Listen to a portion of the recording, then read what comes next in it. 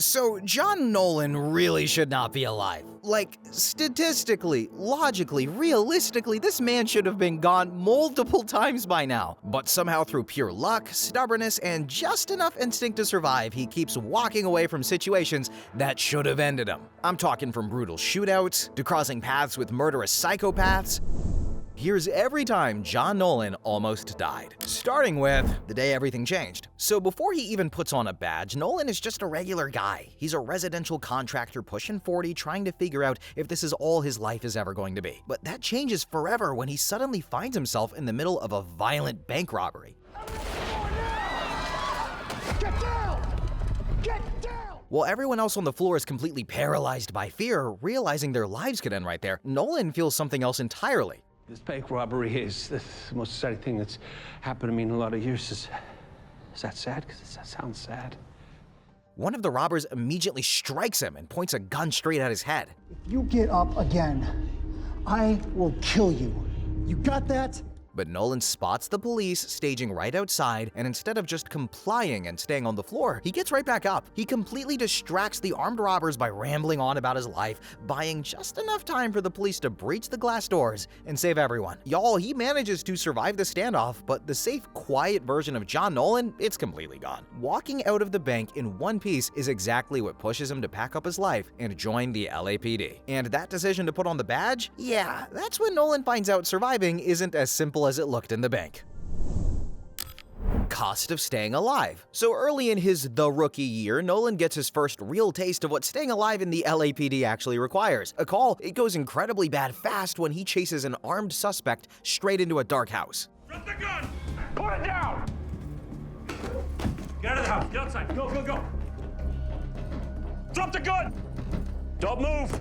Cornered and out of options, Nolan is forced to fire his weapon to stop the threat. Time, it completely slows down as he struggles to process what just happened. He survives the encounter, sure, but there's absolutely nothing clean or heroic about it. It's messy, it's heavy, and it stays with him. Pulling the trigger, guys, it was purely self-defense, and that split-second decision literally saved his life. But surviving that house created massive consequences, and Nolan was about to find out exactly how ugly those consequences could get when the job followed him home. So as expected, it comes back to bite him real quick. The suspect Nolan killed had a brother, Kyle Montgomery, and just like that, Nolan goes from surviving a call to having a target on his back. And it doesn't take long for that threat to show up, because one night it finally hits him where he least expects it, his own home. You know who I am?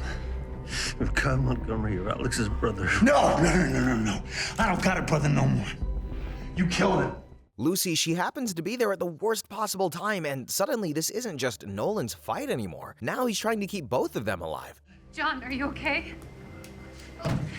And what follows is a brutal, close-quarter struggle that turns his living room into a war zone. And while Nolan does manage to survive, it's way too close for comfort. And in that moment, one thing becomes painfully clear to him. In this job, the danger doesn't stay out there, it comes home with you. But if you think it can't get more chaotic than that, you would be very surprised, because the entire city turns into a battlefield next.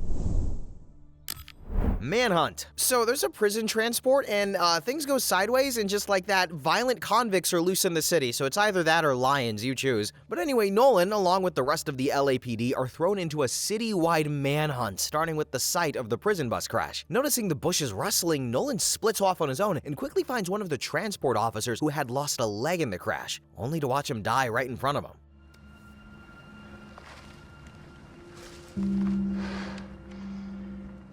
But that decision to go alone almost costs him everything, because back at the crash site, the other officers realize something's off when Nolan stops responding, so they move in to find him. And it's a good thing they do, because things have already taken a turn for the worse. Don't move! Nolan! You okay? Yes. Get control of him. That's the thing about this job. Out in the field, you don't really get second chances. One wrong move, and it can all be over. But even that chaos, guys, is nothing compared to what happens when Nolan himself becomes the target. The moment that stayed with him. All right, y'all, now, if there's one moment where Nolan really should have died, it's this one. Nolan's just doing his routine duties and looking like a handsome guy, getting ready to be an ODST, and ends up trying to defuse a situation where a rich girl, Astrid Heiserer, is throwing a tantrum because a valet destroyed her car. Oh, let go of me! Sorry about that. Oh, sorry about that. I didn't mean for that to happen. On the surface, it was just a harmless mistake, but Nolan doesn't realize he's just tipped off the wrong person and got himself caught up in something way bigger than him. You have no idea who I am, do you? You are Astrid Hesserer. No priors, no outstanding warrants. What's your name? John Nolan? Badge number? 25253. If you want to lodge a complaint, that is your right. Oh, I'm gonna lodge something. Believe me.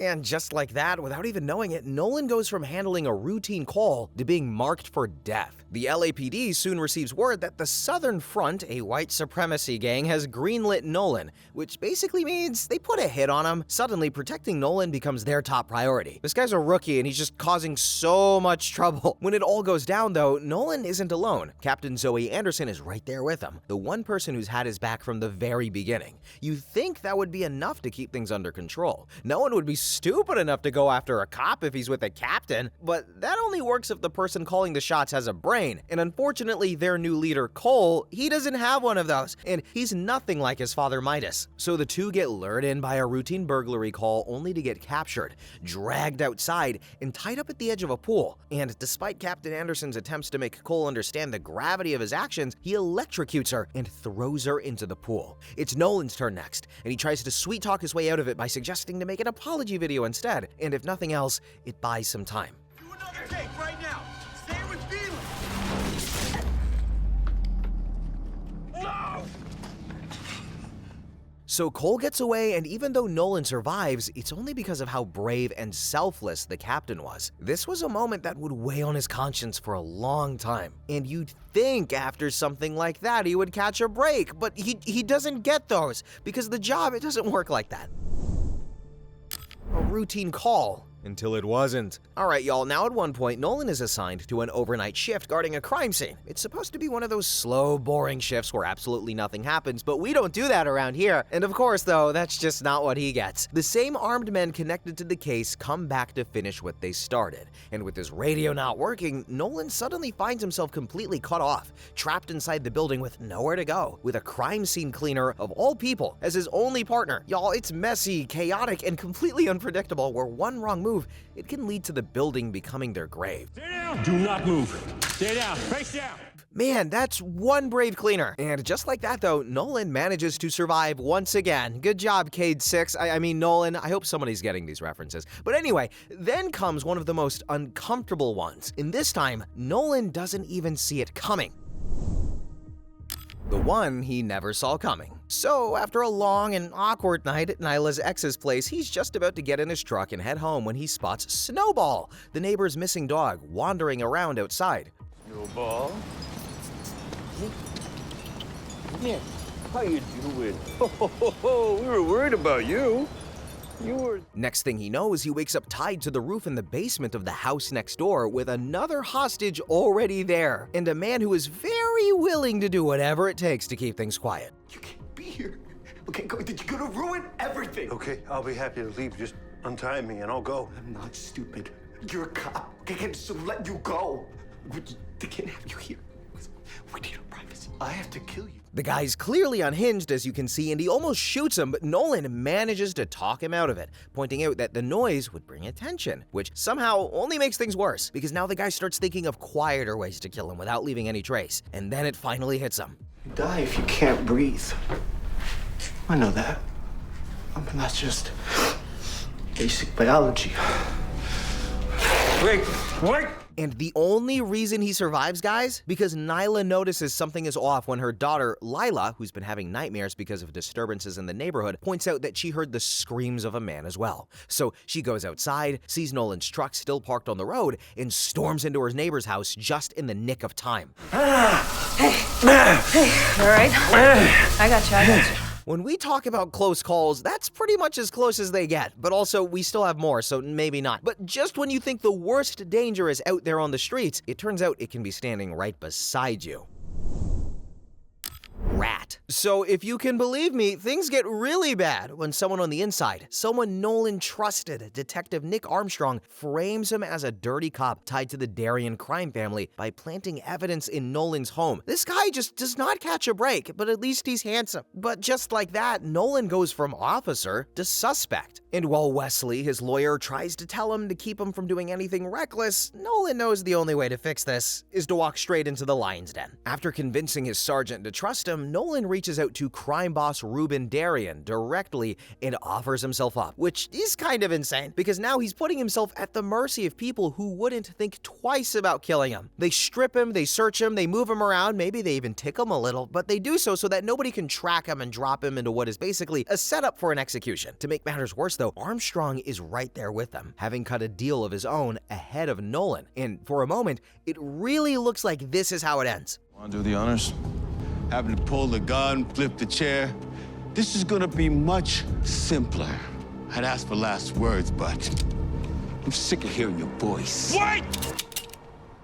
So Armstrong gets a taste of his own medicine, and everything explodes into chaos as Nolan fights off Darien's men and brings them down one by one before cuffing Darien himself. Nolan, he not only survives an impossible situation, he clears his name too, all because he was willing to walk into a situation where he had zero control. But the nightmares, they don't end there, and somehow they get worse. Hunted for sport. So right after surviving an explosion that kills Fred and leaves Bailey seriously injured, Nolan starts pulling on a thread that leads him somewhere much darker. Turns out the man they've been chasing this whole time has been right there in front of them. I'm talking about Marcus Lindsay, the grieving friend and the helpless witness, turns out to be a serial arsonist, oh boy, who's been doing this for years. Oh my god. And before Nolan can react, he gets run over, drugged, and wakes up trapped inside of an abandoned warehouse. I found this place and was out looking for a new killing ground. In some kind of used factory, I don't know what the hell they made here, but it is huge and super abandoned, and it got me thinking on a much larger scale. Hey, John. To Marcus, this ain't personal, it's just another game, and Nolan is just another prey. Injured, disoriented, and barely conscious, Nolan is given a head start while his psychopath casually plays the harmonica and hunts him through a building rigged with weapons. Dazed and barely holding it together, Nolan desperately fights back and somehow manages to escape the building before the final showdown. I win. You're under arrest. While Nolan always seems to be at death's door, this was probably the most traumatizing one yet, like oh my god. But if you thought this was the last time Nolan would cross paths with a psychopath, guess again.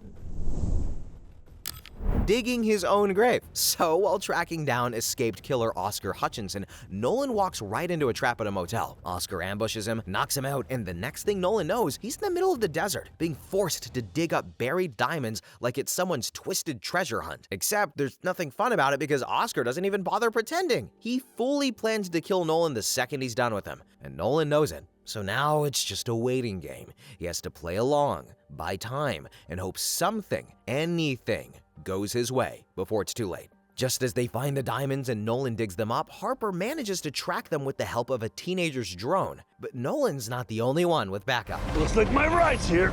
And just like that, everything explodes into chaos. With gunfire raining down from above, Nolan has no other choice but to let Oscar get away. But once again, after staring certain death in the face, and with a little extra help from a kiddo, Nolan somehow manages to walk away in one piece. So guys, in the end, Nolan, he doesn't survive because he's fearless. He survives because he knows exactly how bad it can get and shows up anyway. But the real question is, how many more times can he cheat death before it finally catches up to him?